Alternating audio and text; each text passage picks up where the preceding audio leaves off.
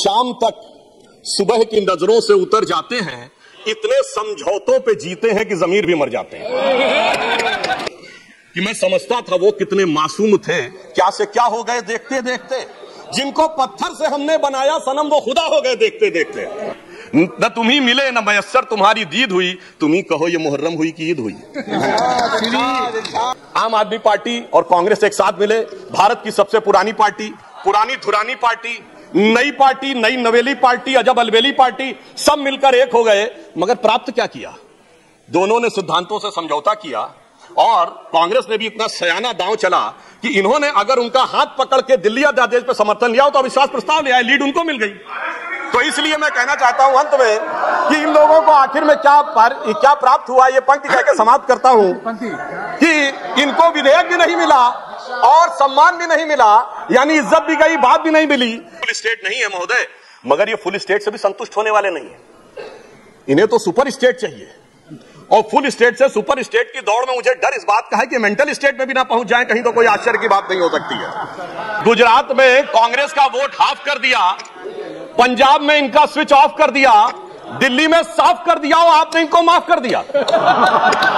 और भारतीय जनता पार्टी और जनसंघ हम 1951 बने, हमने 72 साल में कभी कांग्रेस से समझौता नहीं किया, इन्होंने 72 दिन में समझौता किया। महोदय, इस देश ने बगैर संवैधानिक पद पर बैठे हुए सुपर पीएम 10 साल तक देखा है। तो आज आम आदमी पार्टी की स्थिति यह है कि अब जो चेहरे से जाहिर है छुपाएं कैसे, तेरी मर्जी के मुताबिक नजर आए कैसे। अब इस घर को सजाने का तसव्वुर हुआ बाद की बात, अब तो मुश्किल है कि इस घर की हकीकत को छुपाएं कैसे। और यहां तो मैं कहना चाहूंगा इनकी तो स्थिति यह है कि माले मुफ्त दिले बेरहम, दिल्ली पे सितम और करोड़ों हजम। इमरजेंसी लगी थी तब भी हमने कभी 15 अगस्त और 26 जनवरी के दिन राजनीति करने का प्रयास नहीं किया। दुरुपयोग की बात में मैं एक और बात कहना चाहता हूं, इनकी वार्षिक मंशा क्या थी। दिल्ली में एक जनरल फाइनेंशियल रूल 2019 है जो ये कहता है कि 10 करोड़ रुपए से अधिक का अगर किसी भी प्रकार का व्यय होगा तो वह मंत्री की शक्ति से बाहर होगा और वह एलजी के पास जाएगा। महोदय, इनके मुख्यमंत्री जी का जो मकान या वजीर आला का अजीमुशान महल बनाने के लिए जो बिल बने साहब, वो पूरे उसके एक साथ नहीं बने। 10 करोड़ से कम के 8.5, 8, 7.5, 9 करोड़ रुपए के डिफरेंट बिल बने। और एक मद ऐसा है जिसमें कि मुख्यमंत्री कार्यालय के कर्मचारियों के लिए महोदय जानते कितने का बिल बना? 9.99 करोड़, यानी 0.01 से कैसे बचा जा सकता है कि टेंडर न करना पड़े, मन मुताबिक खर्चे कर लिए जाएं।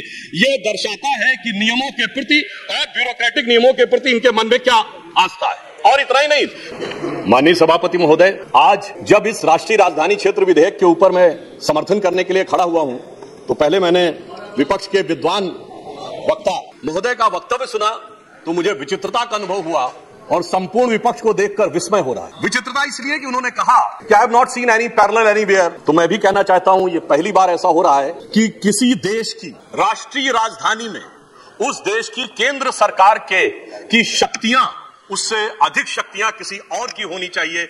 मेरे विचार से दुनिया में ऐसा कोई दूसरा उदाहरण देखने को नहीं मिलेगा। So I support what Abhishek Manu Singhvi ji has said, I am unable to find parallel anywhere in the world.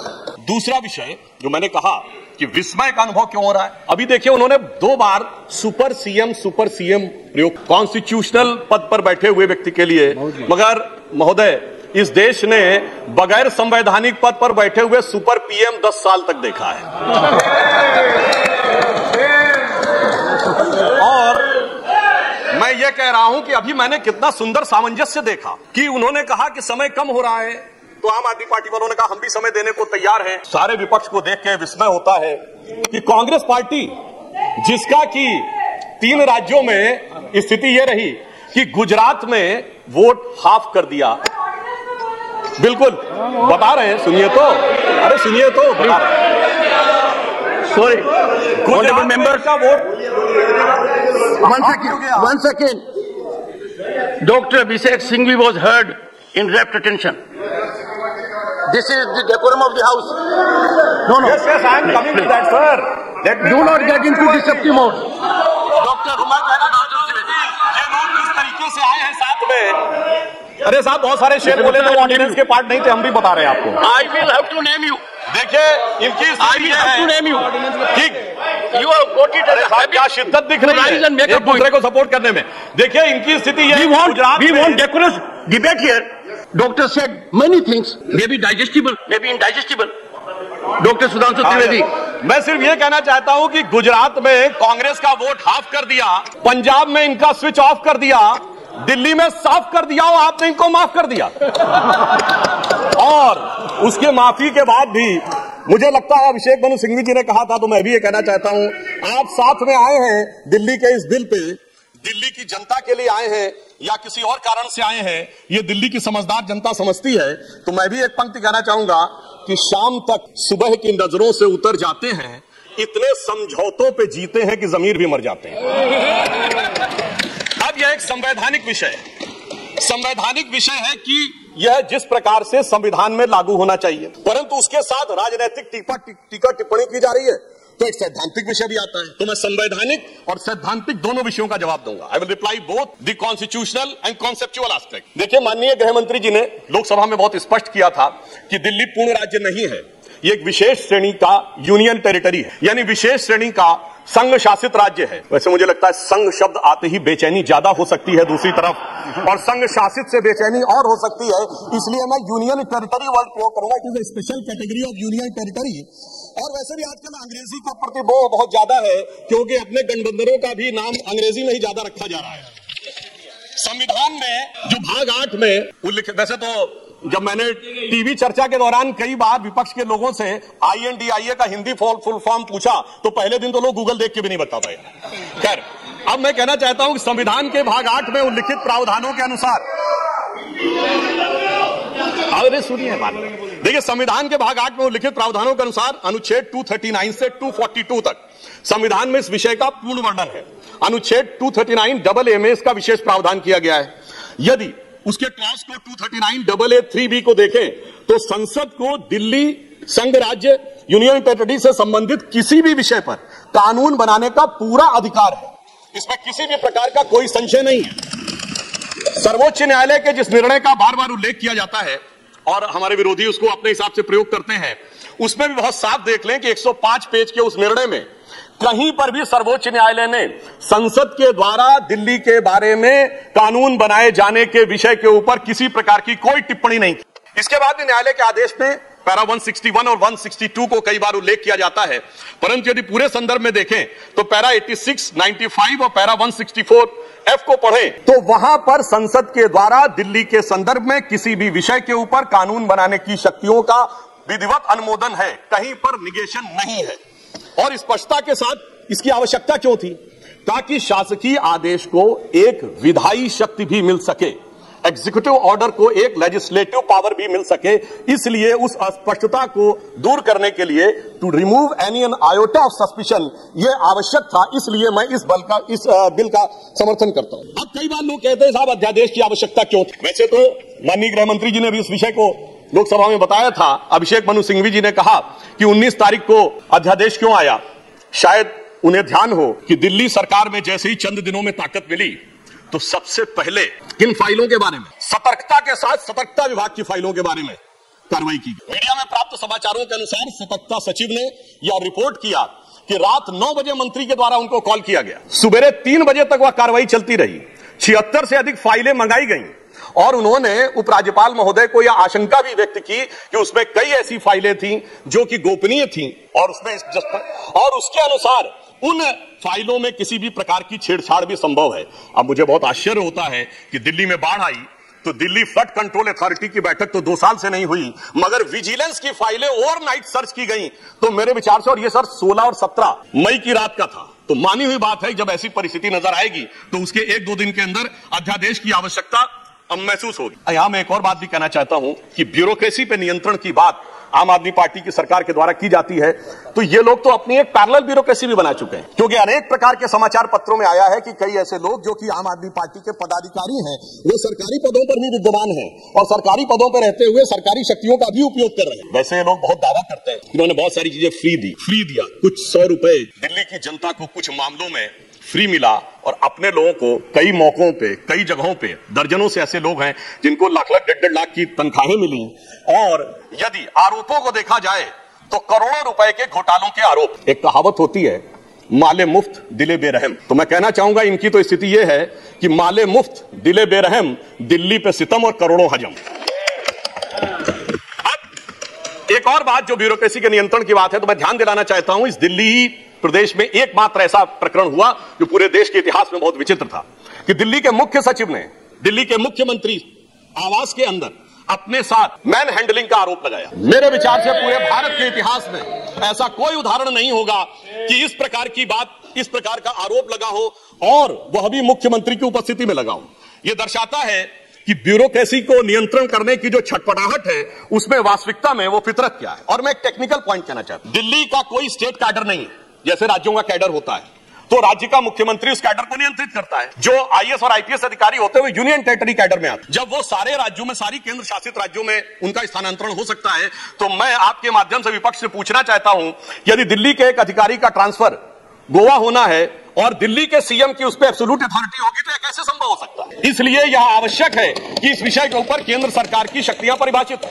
अब एक दूसरी बात भी, दिल्ली में स्टेट कैडर भी नहीं है, यानी जैसे स्टेट पब्लिक सर्विस कमीशन होता है और राज्य के कैडर होते हैं, तो यहां भी दानिश कैडर है, यानी दानिश कैडर में भी 3-4 यूनियन टेरिटरी आती हैं, दमन दीव और अन्य। अब दानिश कैडर के एक अधिकारी की जरूरत यदि अंडमान में या दमन दीव में भी होगी और दिल्ली का मुख्यमंत्री यह तय करेगा, तो क्या यह संवैधानिक दृष्टि से उचित है? इसलिए मैं कहना चाहता हूं कि माननीय गृह मंत्री जी ने जो यह विषय रखा है वो पूरी तरीके से उचित। अब दुरुपयोग की बात में मैं एक और बात कहना चाहता हूं, इनकी वार्षिक मंशा क्या थी। दिल्ली में एक जनरल फाइनेंशियल रूल 2019 है जो ये कहता है कि 10 करोड़ रुपए से अधिक का अगर किसी भी प्रकार का व्यय होगा तो वह मंत्री की शक्ति से बाहर होगा और वह एलजी के पास जाएगा। महोदय, इनके मुख्यमंत्री जी का जो मकान या वजीर आला का अजीमुशान महल बनाने के लिए जो बिल बने साहब, वो पूरे उसके एक साथ नहीं बने। 10 करोड़ से कम के 8.5, 8, 7.5, 9 करोड़ रुपए के डिफरेंट बिल बने। और एक मद ऐसा है जिसमें कि मुख्यमंत्री कार्यालय के कर्मचारियों के लिए, महोदय जानते कितने का बिल बना? 9.99 करोड़, यानी 0.01 से कैसे बचा जा सकता है कि टेंडर न करना पड़े, मन मुताबिक खर्चे कर लिए जाएं। यह दर्शाता है कि नियमों के प्रति और ब्यूरोक्रेटिक नियमों के प्रति इनके मन में क्या आस्था है। और इतना ही नहीं, दिल्ली मेट्रो के लिए तो वृक्ष काटने की परमिशन वर्षों तक नहीं मिलती थी, मगर मुख्यमंत्री आवास के लिए वृक्ष काटने की परमिशन उनको मिल जाती। अब इसके साथ मैं एक और बात कहना चाहता हूं, एक नैतिकता, सैद्धांतिकता का सवाल उठाया जाता है। तो मैं कोट करना चाहता हूं कि दिल्ली के मुख्यमंत्री जी ने, जिनका वो आलीशान शीश महल बना हुआ है, उन्होंने 27 अक्टूबर 2013 को शीला दीक्षित जी के विषय में लिखा था ट्वीट, और उनको मैं कोट कर रहा हूं। उन्होंने कहा कि दिल्ली की मुख्यमंत्री शीला दीक्षित जी के घर में 10 एसी लगे हैं। मैंने तो सुना है कि बाथरूम में भी एसी लगे हैं। कौन भरता है इस एसी का बिल? और आगे वो कहते हैं, मेरा तो कलेजा कांप उठता है ये सोचकर कि दिल्ली की 40% जनता झुग्गियों में रहती है, तो कोई मुख्यमंत्री ऐसे आलीशान घर में कैसे रह सकता है? मैं कहना चाहता हूं, देखिए, केजरीवाल जी का कलेजा कापा हो या ना कापा हो, रूह कापी हो ना कापी हो, रूह है क्या है, किसकी रूह है, उस पर मैं टिप्पणी नहीं करना चाहता, मगर मैं एक बात जरूर कहना चाहता हूं कि शीला दीक्षित जी जहां भी होंगे उनकी रूह को बहुत तकलीफ हो रही होगी कि जब उनके ऊपर ऐसी बातें करने वालों के साथ वो सारे लोग आज आकर खड़े हुए होंगे। वैसे महोदय, उनके घर में 10 एसी थे, यहां तो 15 टॉयलेट भी हैं। और इतना ही नहीं, 1-1 करोड़ रुपए के पर्दे भी लगे हुए हैं, और 1 करोड़ रुपए के पर्दे का एस्टीमेट है। और इतना ही नहीं, अब सुनिए, उनके सामने एक दूसरी समस्या हो गई है कि अभी तक जो बातें चल रही थी, अब उनके सामने यह समस्या है कि उन चीजों को कैसे छुपाएं। देखिए, मैं इनके लिए कहना चाहूंगा कि अब उनकी फितरत जग जाहिर हो चुकी है। तो आज आम आदमी पार्टी की स्थिति यह है कि अब जो चेहरे से जाहिर है छुपाएं कैसे, तेरी मर्जी के मुताबिक नजर आए कैसे। अब इस घर को सजाने का तसव्वुर हुआ बात की बात, अब तो मुश्किल है कि इस घर की हकीकत को छुपाएं कैसे। और यहां पर इसके बाद मैं कटाक्ष के बाद एक बात करुणा के साथ कहना चाहता हूं कि अन्ना हजारे के आंदोलन से निकली हुई वो पार्टी जो एक कमरे के मकान में रहते थे और उससे निकली हुई पार्टी आज सैकड़ों करोड़ के आलीशान मकान में रहती हैं, तो मैं कहना चाहता हूं कि दिल्ली की जनता और जिन जिन लोगों ने उस आंदोलन का समर्थन किया उनके ऊपर भी एक आघात है। और साथ ही साथ ये एक बात का और भी संकेत देता है, फूड फॉर थॉट है देश के लोगों के लिए, कि एक्सपेरिमेंटल पॉलिटिक्स कई बार बड़े विचित्र परिणाम भी देते। अब किसी नए नवेले प्रयोग को आजमाने का वक्त नहीं है, बल्कि आजमाए हुए मोदी जी के नेतृत्व को चमकाने का वक्त है।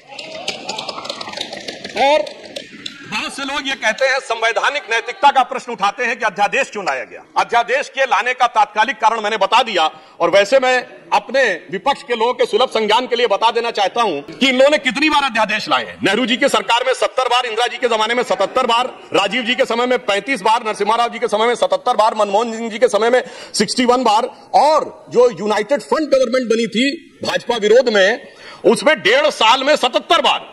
तो मुझे लगता है अध्यादेश का विषय उठाने से पहले इस अंक गणित को भी देख लेना चाहिए। अब मैं एक और बात कहना चाहता हूं, जो संविधान की दुहाई देते हैं उनके लिए, ये तो वो लोग हैं सभापति महोदय जिनकी संविधान में क्या आस्था है। इन्होंने संसद के द्वारा पारित सीए कानून के खिलाफ विधानसभा में प्रस्ताव पारित कर दिया।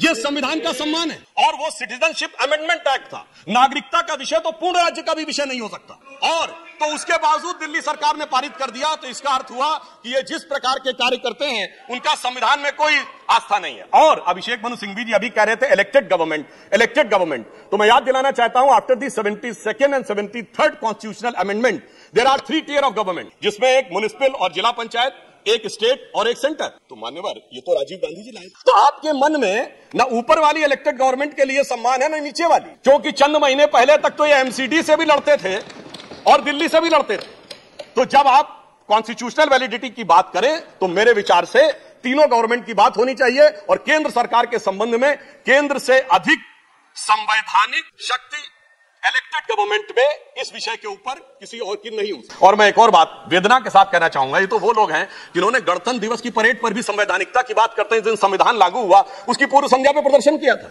महोदय, मैं बताना चाहता हूं, जिस समय इमरजेंसी लगी थी तब भी हमने कभी 15 अगस्त और 26 जनवरी के दिन राजनीति करने का प्रयास नहीं किया। तो वो लोग जब संवैधानिकता की दुहाई देते हैं तो बहुत आश्चर्य लगता है। और जब बार बार यह स्पष्ट किया जा चुका है कि फुल स्टेट नहीं है महोदय, मगर ये फुल स्टेट से भी संतुष्ट होने वाले नहीं, इन्हें तो सुपर स्टेट चाहिए। और फुल स्टेट से सुपर स्टेट की दौड़ में मुझे डर इस बात का है कि मेंटल स्टेट में भी ना पहुंच जाए कहीं, तो कोई आश्चर्य की बात नहीं हो सकती है।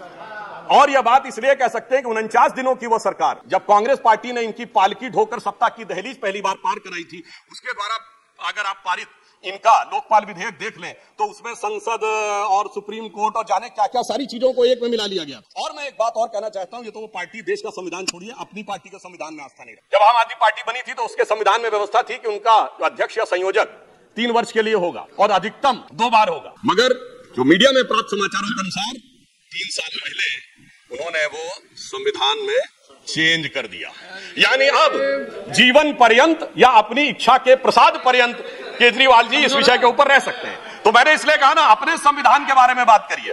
और मैं ये भी कहना चाहता हूं कि इन्होंने अपनी कार्यकारिणी में ऐसे भी प्रस्ताव पारित किए हैं संविधान के संदर्भ में कि साहब इनके यहां परिवार के भी कितने लोग काम कर सकते हैं, जो मेरे विचार से बड़ी बड़ी परिवार वाली पार्टियों ने भी कभी अपने पार्टी के प्रस्तावों में इन प्रस्तावों को नहीं पारित किया होगा। और मैं ये भी कहना चाहता हूं कि बहुत आश्चर्य लगता था कि जब ये इंडिया अगेंस्ट करप्शन के स्वरूप से आगे बढ़े, तब एक ही पंक्ति में बता देना चाहता हूं, क्योंकि जब आप इसकी बात करते तो क्या क्या नहीं, कहां से बात शुरू हुई थी, हम राजनीति में नहीं आएंगे, फिर कसम खाते कांग्रेस का साथ नहीं लेंगे, फिर उसके बाद बंगला नहीं लेंगे, फिर शपथ खाते गाड़ी नहीं लेंगे, फिर शपथ खाते सुरक्षा नहीं लेंगे, और आज स्थिति यह है।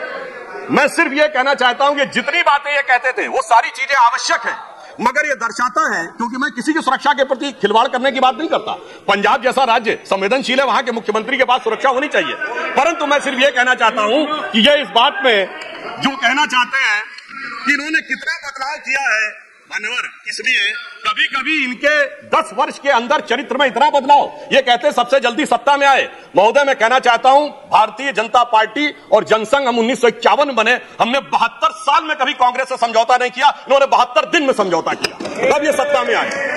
और इसलिए आज दिल्ली की जनता अपने को ठगा हुआ महसूस करती है, और शायद दिल्ली के लोग ये कह रहे होंगे कि मैं समझता था वो कितने मासूम थे, क्या से क्या हो गए देखते देखते, जिनको पत्थर से हमने बनाया सनम वो खुदा हो गए देखते देखते।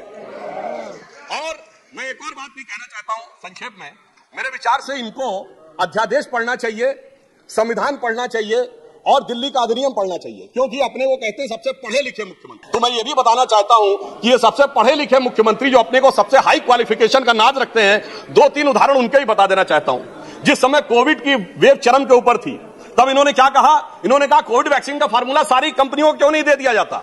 मान्यवर, कोविड वैक्सीन तो छोड़िए, पैरासिटामोल जैसी जो दवा भी अमेरिका ने उस समय हमसे मंगाई थी। अब कोई पढ़ा लिखा व्यक्ति ये कह सकता है कि वो चूरन की तरह फार्मूला सबको दे दिया जाए। तो कभी कहते हैं कि यूट्यूब के ऊपर फिल्म क्यों नहीं लाद दी जाती है। अरे भाई वो सरकार का अधिकार का क्षेत्र नहीं है। और फिर इतना ही नहीं, सिंगापुर में इनको बुलाया, इन्विटेशन आता मेयर्स कॉन्फ्रेंस का, तो मुख्यमंत्री होते हुए जाना चाहते हैं। तो मेरे विचार से कम इनको थोड़ा पढ़ना लिखना चाहिए। और एक पढ़ने लिखने पे एक तथ्य मैं जरूर बताना चाहूंगा। जब न्यूयॉर्क टाइम्स अखबार में इनकी तारीफ निकली थी तो इनके मुंह से निकल गया था कि दुनिया का सबसे बड़ा अखबार, और उसमें इतनी तारीफ निकलवाना आसान नहीं है। वैसे निकलवाना शब्द निकल गया था। मगर मैं पढ़े लिखे मुख्यमंत्री को यह भी बताना चाहता हूं महोदय कि न्यूयॉर्क टाइम्स दुनिया का सबसे बड़ा अखबार नहीं है, वो है यमुनी शिंबुन जापान का। अमेरिका का भी सबसे बड़ा अखबार वो नहीं है, यूएसए टुडे। और इतना ये समझिए, इतना ही नहीं, भारत का times of India, Dainik Bhaskar, और वो भी उनसे अधिक है। तो मैं सिर्फ ये बताता हूं, अरे भाई जिस अखबार का नाम लेते हैं कम से कम उनको तो पढ़ लेना चाहिए था। मैं आपको अधिक समय न लेते हुए मैं सिर्फ ये कहना चाह रहा हूं महोदय कि इनको ना पढ़ाई से मतलब है, इन्हें ना पढ़ाई से मतलब है, न लिखाई से मतलब है, इन्हें तो बस कमाई से मतलब है, और वो भी ऊपर वाली कमाई से। और अंत में मैं कहना चाहता हूं सर, अंत में एक लाइन और कहना चाहता हूं कि आज सब लोग मिले, आम आदमी पार्टी और कांग्रेस एक साथ मिले, भारत की सबसे पुरानी पार्टी, पुरानी धुरानी पार्टी, नई नवेली पार्टी, अजब अलबेली पार्टी, सब मिलकर एक हो गए। मगर प्राप्त क्या किया? दोनों ने सिद्धांतों से समझौता किया, और कांग्रेस ने भी इतना सयाना दांव चला कि इन्होंने अगर उनका हाथ पकड़ के दिल्ली अध्यादेश पर समर्थन लिया हो तो अविश्वास प्रस्ताव ले आए, लीड उनको मिल गई। तो इसलिए मैं कहना चाहता हूं अंत में कि इन लोगों को आखिर में क्या प्राप्त हुआ, ये पंक्ति कहकर समाप्त करता हूं कि इनको विधेयक भी नहीं मिला और सम्मान भी नहीं मिला, यानी इज्जत भी गई, बात भी नहीं मिली। तो एक पंक्ति कहता हूं, न तुम ही मिले, आप लोगों के लिए लागू है, न तुम ही मिले न मयस्सर तुम्हारी दीद हुई, दीद मतलब साइट, न तुम ही मिले न मयस्सर तुम्हारी दीद हुई, तुम ही कहो ये मुहर्रम हुई कि ईद हुई। सुखेंदु शेखर रे, श्री सुखेंदु शेखर त्रिवेदी ने बड़े जोश के साथ और बहुत शेर शायरी के साथ उन्होंने बात की। त्रिवेदी ने शेर शायरी के साथ बहुत लंबी तकरीर की। अगर उसको उत्तर हमारे पास चतुर्वेदी है, अगर आप त्रिवेदी हैं तो हमारे पास चतुर्वेदी है। माननीय प्रतिपक्ष के नेताजी, नहीं, डॉक्टर अभिषेक सिंघवी ने कवि का काम ज्यादा किया, वकील का कम किया। कितना कवि का काम आपने किया। श्री सुखेंदु शेखर रे, 9 minutes।